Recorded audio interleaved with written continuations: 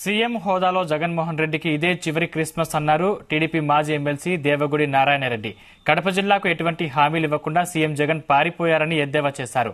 Gandikota, Rajoli, ACC cements భూ బాధితులకు ఎలాంటి హామీలు ఇవ్వలేదన్న నారాయణరెడ్డి కడప జిల్లా వైసీపీ ఎమ్మెల్యేలు, ఎమ్మెల్సీలు సీఎం జగన్ హెలిప్యాడ్ వద్ద ఫోటోలు దిగడానికే పరిమితం అయ్యారని సెటైర్లు వేశారు.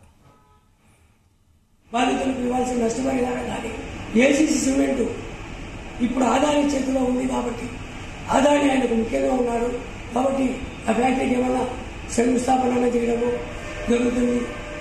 స్టీల్ ప్లాంట్ గురించి ప్రకటన చేస్తాడు అని చెప్పి, అదేవిధంగా గండికోట టూరిజం ఏమన్నా రోప్వే గురించి కానీ గండికోట టూరిజం అభివృద్ధికి ఏదన్నా నిధులు కేటాయిస్తారని చెప్పి ఎంతో ఆశగా పెట్టుకున్నాం. ఆశ నిరాశ అయింది. మేమందరం ముఖ్యమంత్రి గారితో చర్చించినాం. అలాగే ఈ సమస్యలకు పరిష్కారం చూపుతున్నామని చెప్పి కూడా 2 రోజుల నుంచి ప్రకటన కూడా చేయాలి.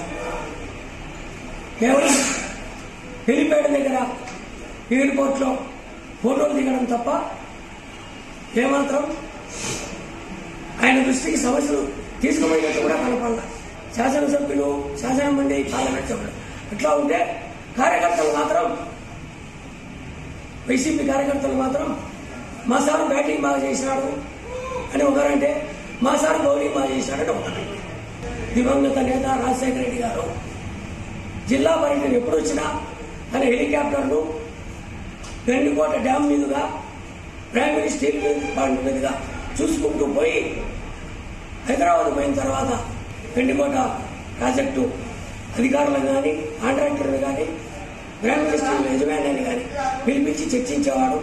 5 ఏళ్లలో పూర్తి చేయడం కూడా జరిగింది గండికోట ప్రాజెక్టు. గండికోట రోడ్లే కూడా ఏం చేయలేరు.